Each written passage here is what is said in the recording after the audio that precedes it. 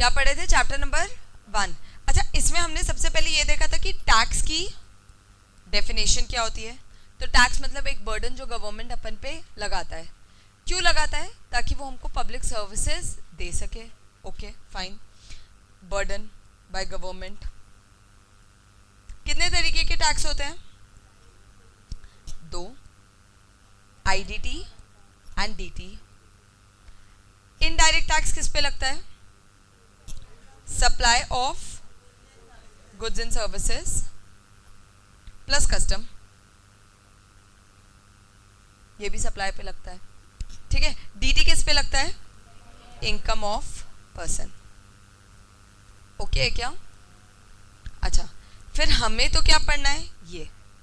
Okay, इसके कुछ features पढ़े थे अपन ने। जैसे टैक्स किस पे लगता है? गुड्स और सर्विसेज पे। इनकम पे लगता है क्या? नहीं। टैक्स किस पे लगता है? गुड्स और सर्विसेज पे। ठीक है भाई। फिर हमने बोला it has a wider tax base. क्यों? क्योंकि हर कंज्यूमर जो कुछ ना कुछ माल खरीद रहा है वो टैक्स पे कर रहा है, लेकिन हर पर्सन इनकम नहीं कमा रहा है, यानी इनकम टैक्स का जो टैक्स बेस है वो थोड़ा नैरो है। डीटी किस पे लगता है? इनकम ऑफ द पर्सन पे।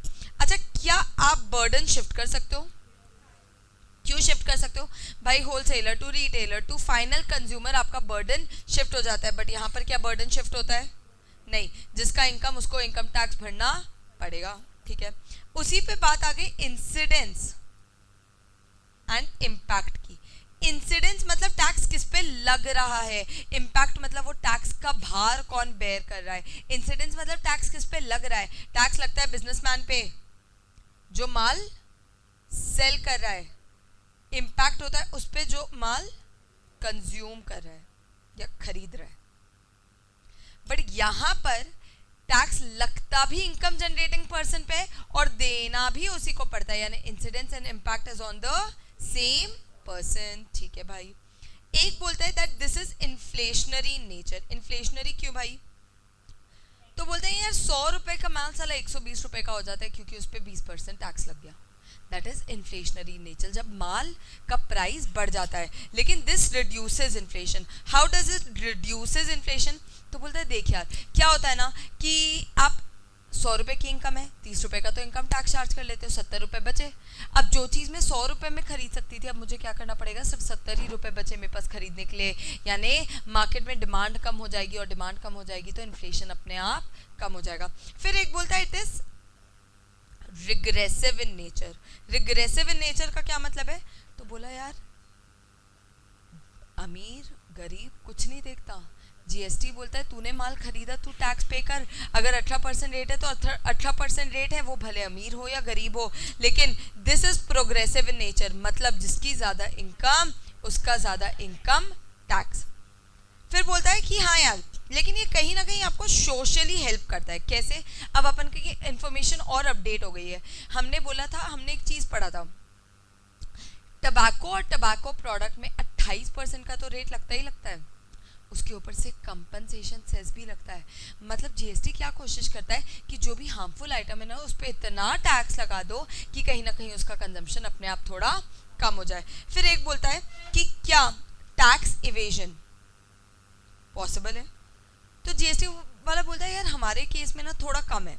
क्यों कम है भाई? क्योंकि बिजनेसमैन को टैक्स कलेक्ट करके हमको देना है, उसका एक्चुअल भार तो कंज्यूमर ले रहा है, कंज्यूमर से हमको कोई लेना देना है नहीं।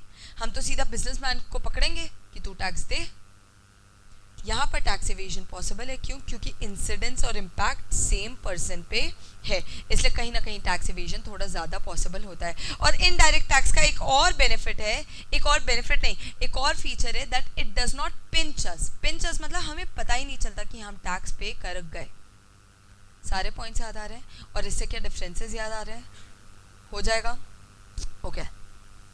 फिर क्या था यार? फिर हमने सीधा शुरू किया था कि प्री जीएसटी क्या होता था, प्री जीएसटी क्या होता था और पोस्ट जीएसटी क्या होता है।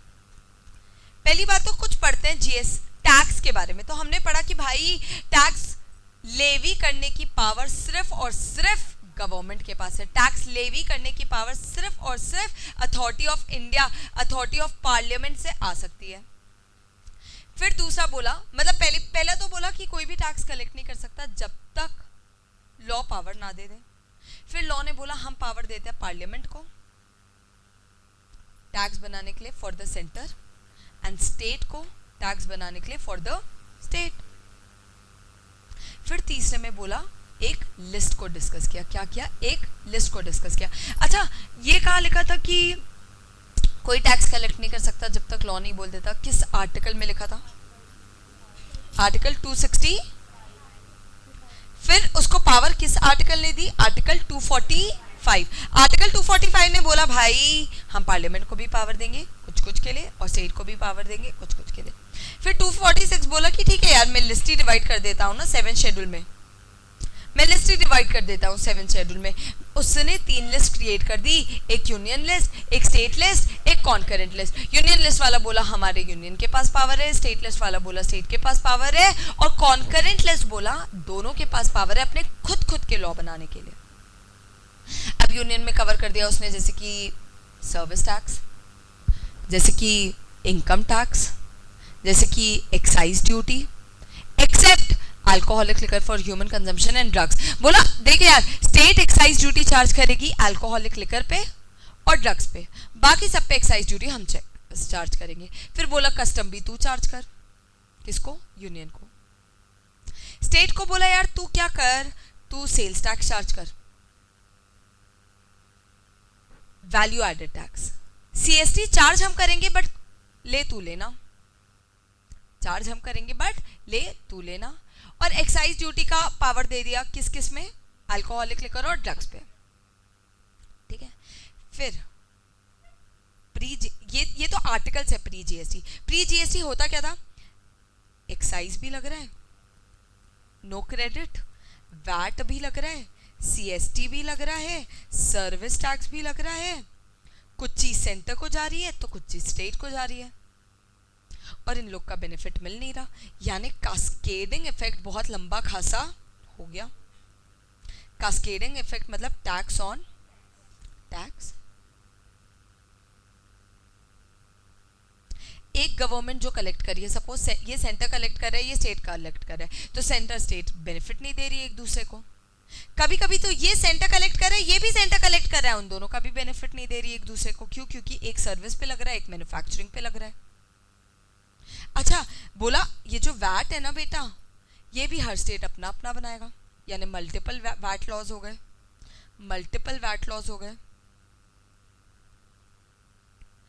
मल्टीपल रेट्स हो गए। इसका रेट अपना, हर स्टेट में अलग अलग वैट है तो हर स्टेट का रेट अपना अपना अपना अपना, सीएसटी का रेट अपना, सर्विस टैक्स का रेट अपना।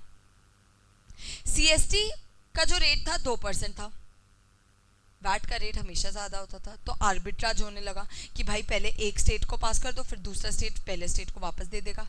इससे क्या होगा? 2% का सीएसटी लग जाए ठीक है, लेकिन 10% का वैट नहीं लगना चाहिए। बहुत सारे मल्टीपल रजिस्ट्रेशन लेने पड़ गए, एक्साइज के लिए अलग, सर्विस के लिए अलग, वैट के लिए अलग, सीएसटी के लिए अलग। बेसिकली जो टैक्स स्ट्रक्चर है वो बहुत ज़्यादा डिफिकल्ट हो गया था।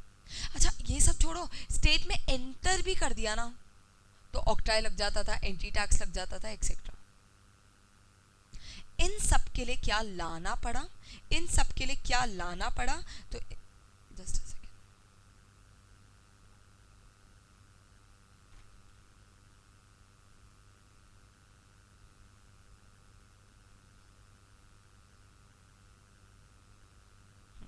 इन सब के लिए क्या लाना पड़ा? जीएसटी।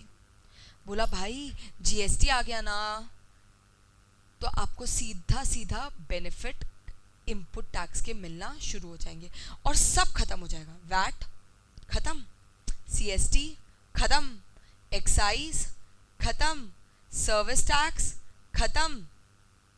हाँ, बट ये जो एक्साइज है ना, ये सिर्फ सेंटर का खत्म होगा। मतलब आज भी स्टेट एक्साइज ड्यूटी लगती है, और स्टेट एक्साइज ड्यूटी किन 2 आइटम पे लगती है? ड्रग्स और alcoholic liquor for human consumption. और बाकी बोला यार ये purchase tax, entertainment tax, taxes surcharges, octroi, entry tax, ये सब भी खत्म। हाँ, लैंड और बिल्डिंग जीएसटी के अंदर नहीं है, वो बाद में अपन बहुत अच्छे से पढ़ेंगे कैसे है कैसे नहीं है, बट उस पर आज भी क्या लगता है? Stamp duty. और सेंटर एक्साइज ड्यूटी आज भी किस पे लगता है? टोबैको एंड टोबैको प्रोडक्ट्स पे। दो तीन चीजें बोली, या स्टेट एक्साइज ड्यूटी आज भी लगेगी, यानी अल्कोहलिक लिकर पे आज भी लगेगा और ड्रग्स पे आज भी लगेगा, और दूसरा बोला आज भी हम टोबैको और टोबैको प्रोडक्ट पे सेंटर एक्साइज ड्यूटी लगाएंगे। इजी, कोई दिक्कत परेशानी? ओके। अब क्या होना था, और कस्टम्स तो लगना ही है, अब क्या होना था, लेकिन जीएसटी ने बोला भाई हमको पावर देना है, सेंटर को भी स्टेट को भी। क्यों? क्योंकि India is a federal country. India में सिर्फ एक को पावर देने से कुछ नहीं होगा, दोनों को इकट्ठे पावर देना पड़ेगा, सेंटर को भी स्टेट को भी। और किस चीज का पावर देना पड़ेगा? सेम आइटम पे टैक्स लगाने का पावर देना पड़ेगा। मतलब एक सप्लाई ऑफ गुड्स और सर्विसेज भी होता है तो उसमें स्टेट भी टैक्स लगाएगी और सेंटर भी टैक्स लगाएगी, सेम रेट पे टैक्स लगाएगी, सेम वैल्यू पे टैक्स लगाएगी, सारा का सारा रूल्स रेगुलेशन भी सेम होगा, यानी एक्ट सेम, पावर डुअल। क्या करे क्या ना करे? तो उन्होंने क्या किया, उनको पूरा का पूरा कॉन्स्टिट्यूशन अमेंड करना पड़ा। क्यों करना पड़ा? क्योंकि कहीं पर भी दोनों के पास सेम पावर नहीं आ पा रही थी। तो क्या हुआ, पूरा का पूरा कॉन्स्टिट्यूशनल अमेंडमेंट लाना पड़ा। ये बात समझ आ रही है? क्या लाना पड़ा? कॉन्स्टिट्यूशनल अमेंडमेंट लाना पड़ा। उस कॉन्स्टिट्यूशनल अमेंडमेंट का नंबर था 10 अमेंडमेंट एक्ट 2016। इसके अंदर बढ़िया से 3-4 आर्टिकल्स लाए। सबसे पहला लाए 246A। 246A ने बोला कि भाई भाड़ में जाए बाकी सब जगह क्या लिखा है, हम बता रहे हैं कि पार्लियामेंट प्लस स्टेट दोनों के पास पावर है, एंड पार्लियामेंट एंड स्टेट दोनों के पास पावर है सप्लाई ऑफ गुड्स और सर्विसेज पे टैक्स लगाने का। लेकिन हाँ यार, इंटर स्टेट के केस में हम एक्सक्लूसिव पावर देते हैं पार्लियामेंट को। तभी तो जब आईजीएसटी चार्ज होता है ना, तो सबसे पहले पूरा आईजीएसटी कलेक्ट कौन करता है? पार्लियामेंट यानी यूनियन। और एक और चीज इसी में बोल दिया कि यार 5 पेट्रोलियम आइटम्स हैं। क्या क्या?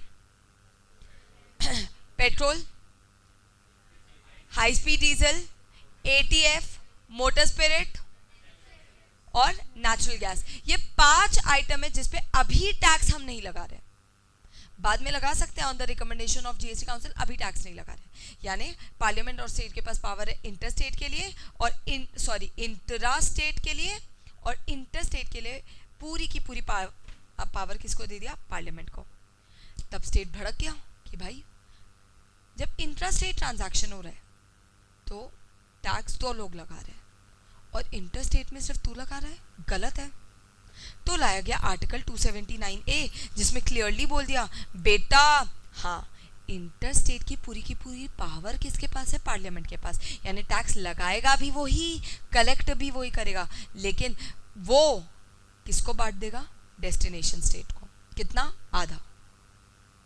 और फिर 1-2 और लाइन लिख दी कि भाई कंसोलिडेटेड फंड ऑफ इंडिया का पार्ट मत बना देना, कंसोलिडेटेड फंड ऑफ स्टेट का पार्ट मत बना देना, XYZ। और एक प्यारा सा और एक पॉइंट दिया कि इंपोर्ट ऑफ गुड्स और सर्विसेज को भी इंटर स्टेट सप्लाई माना जाएगा। क्यों?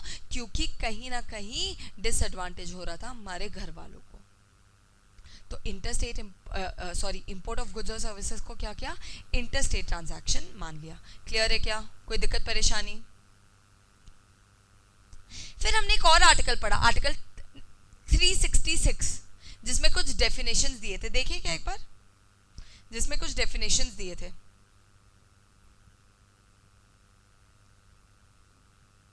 एक मिनट बस, थोड़ा ऊपर आती हूँ। इसमें बोला देखो यार, गुड्स और सर्विस टैक्स का मतलब है tax on supply of goods and services. Goods और सर्विस टैक्स का मतलब है tax on supply of goods and services except alcoholic liquor for human consumption. यानी कॉन्स्टिट्यूशन से ही बाहर कर दिया alcoholic liquor for human consumption को। बोला alcoholic liquor for human consumption पे तो जीएसटी जैसा कुछ कॉन्सेप्ट है ही नहीं, यानी उस पर आज भी क्या लगेगा? स्टेट एक्साइज ड्यूटी और VAT.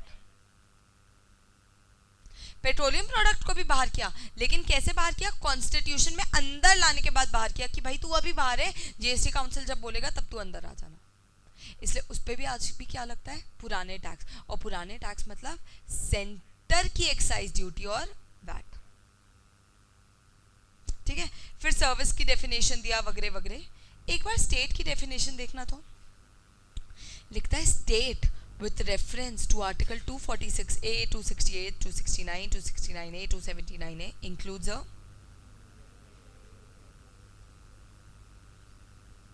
what does this mean? कितने स्टेट्स हैं इंडिया में? कितने स्टेट्स हैं इंडिया में? 28 की 29? 28 की 29? अभी तुम लोग को मैं फिर अब 29 की 30 पूछूंगी तो तुम 30 बोल दोगे। 28 स्टेट है और 8 यूनियन टेरिटरी है। 28 स्टेट है और 8 यूनियन टेरिटरी। कौन कौन सी 8 यूनियन टेरिटरी है? कौन बता सकता है? Andaman Nicobar, Lakshadweep, Delhi, Chandigarh, Jammu and Kashmir, Ladakh, Daman and Diu and Dadra and हवेली करके क्या है, और लास्ट पुदुचेरी। ठीक है, कितने हो गए? 8। अब 8 में से 3 सुनना समझना क्या बोलना चाह रही हूं। 8 में से यूनियन टेरिटरी का मतलब क्या होता है? क्या मतलब है यूनियन टेरिटरी का? क्या?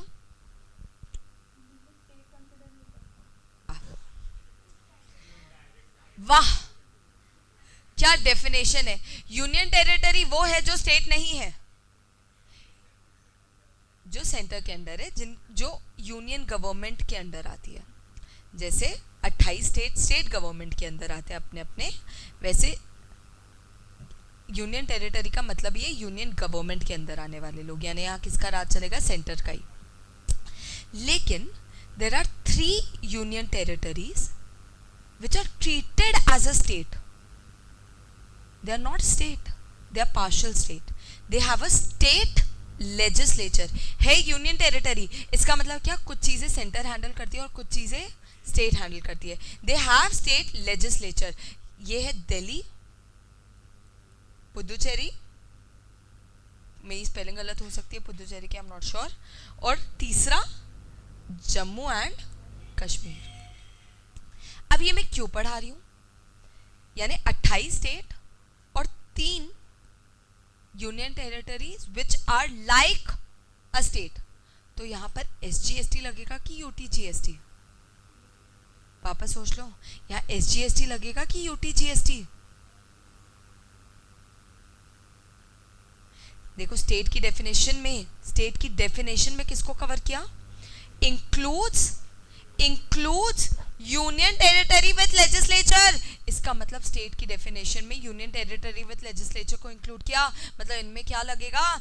SGST, क्योंकि उनको माना ही स्टेट है ना, वो है union territory, but tax act ने क्या माना?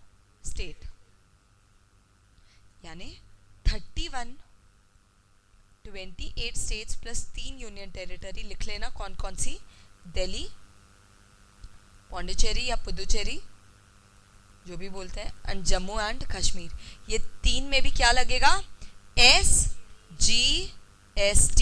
और बाकी बचे 5 यूनियन टेरिटरीज में लगेगा UT